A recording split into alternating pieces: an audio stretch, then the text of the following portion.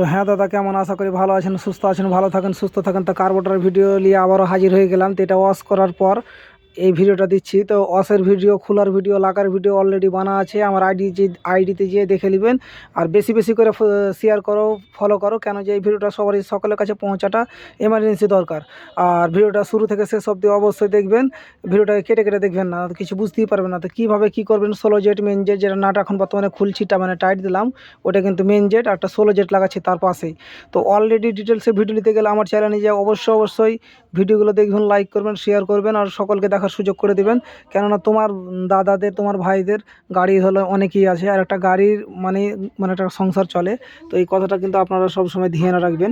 তো আমি এই ধরনের ভিডিও দিই আপনাদের কিছু বোঝার জন্য আর সুবিধার জন্য। এটা একটা হেল্পিং ভিডিও। তো অলরেডি আমার কার্বোরেটর রেডি হয়ে গেল, এখন সব কিছু লাগিয়ে নিলাম। কিন্তু ডিটেলসে জানতে গেলে আমার আইডিতে ভিডিও অনেক ছাড়া আছে, যে দেখে নেবেন। কার্বোরেটরের ভিডিও কম করে 6-7টা হয়ে গেছে অলরেডি। তো দেখতেই পাচ্ছেন যে এই ধরনের এই সিস্টেমে আমার কার্বোরেটর এখন অলরেডি রেডি, কোনো অসুবিধা নেই, একদম রেডি। এখন কি করব, গাড়িতে লাগাবো, গাড়িতে লাগিয়ে স্টার্ট করে দেখবো যে কী সমস্যা আছে না আছে। তারপর হয়তো ডিটেলসে ফের আবার ভিডিও আসবে, আপনারা লাইনে থাকবেন, অবশ্যই দেখতে পাবেন। তো আশা করি এই ধরনের ভিডিও। এটা একটা সেন্সার লাগালাম, দুটো নাট থাকে। এটা সেন্সার যাকে বলে তোমার টোটাল বডি সেন্সার। এটা কিন্তু টোটালটাকে মানে সব কনভার্ট করে, যে কীরকম কী স্পিডে লাগবে, কীভাবে চলবে। তো গাড়িতে অলরেডি এখন লাগাচ্ছি, রিয়েলি দেখতেই পাচ্ছেন। কমপ্লিট এখন লাগাবো। লাগার পর স্লাইডগুলো সবগুলো কিন্তু পার্সোনালভাবে দেখে নিতে হবে, কেননা যে কোনোটা যেন দুর্বলতা না থাকে, এটা কিন্তু আপনাকে ধ্যান দিতে হবে। তো কাজ একটু ঠাউর মেরে যে কিন্তু করতে হবে, মানে আস্তে আস্তে করতে হবে কাজটা, আশা করি ভালো হবে। আর এই ধরনের ভিডিওগুলোকে আপনারা অবশ্যই শেয়ার করবেন, কেননা সবারই গাড়ি আছে, সকলেই একটা গাড়ি বলেই তো সংসার চলে। আর গাড়িটাকে ঠিক চালাতে হবে, টাইম মোবিল ট্রেন করতে হবে, টাইম হয়তো এটা একটা চোখের তার। এখানে অল্প করে একটু মোবিল দিয়ে দিবেন, 14 নম্বর নাট আছে, অল্প করে মোবিল দিয়ে তারপরে ওখানে ঢুকিয়ে দিবেন। অবশ্যই সাকসেস হবে কাজ, কেন হবে না, অবশ্যই হবে, মানুষই তো করে। তো এই ধরনের ভিডিও পেতে গেলে অবশ্যই আপনারা লাইক, শেয়ার, কমেন্ট করবেন।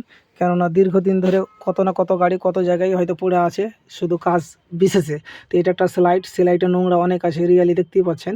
তো এই সেলাইটটাকে কী করবো, এখন পেট্রোল তেল দিয়ে কিন্তু অবশ্যই আমি ওয়াশ করব, আপনাদের সামনেই ওয়াশ করব। ওয়াশ করার পর লাগিয়ে দেবো, লাগিয়ে দেওয়ার পরে হালকা করে কিন্তু মোবিল অতিও দিতে হবে।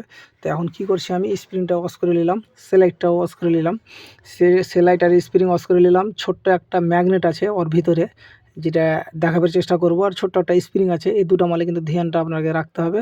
আর যেটা সুইয়ের মতন আছে আমার হাতের কাছে, ওইটা কিন্তু অবশ্যই ওর ভিতরে দুটো কিন্তু ওয়াশার আছে।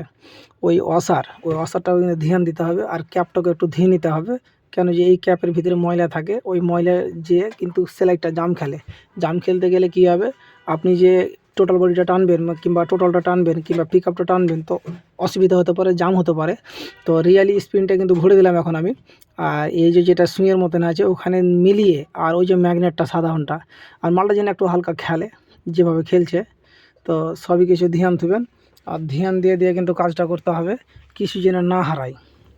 কিছু হারিয়ে গেলে পাওয়া মুশকিল, হয়তো অন্য পুরাতন কার্বোরেটর দিয়ে আপনাকে কাজ চালাতে হবে। তো হালকা করে মোবিল দিয়ে দিবেন। মোবিল দেওয়ার পর আস্তে যেটা সুই আছে ওটাকে মিডিলে করতে হবে, মিডিলে করে কিন্তু ঢোকাতে হবে। কোনো রকম যদি হালকা ব্যান্ড হয়ে যায়, তো আপনার সেলাইটটা জাম খেলবে। আর জাম খেলার কারণে হয়তো আপনার পিক আপটা জাম হয়ে যেতে পারে, গাড়ি গ্যাংড়াবে। তো অবশ্যই এইগুলো ভিডিওতে অবশ্যই ধ্যান দিবেন। এটা কিন্তু কাজের ভিডিও। তো আশা করি ভালো থাকো, সুস্থ থাকো, ধন্যবাদ।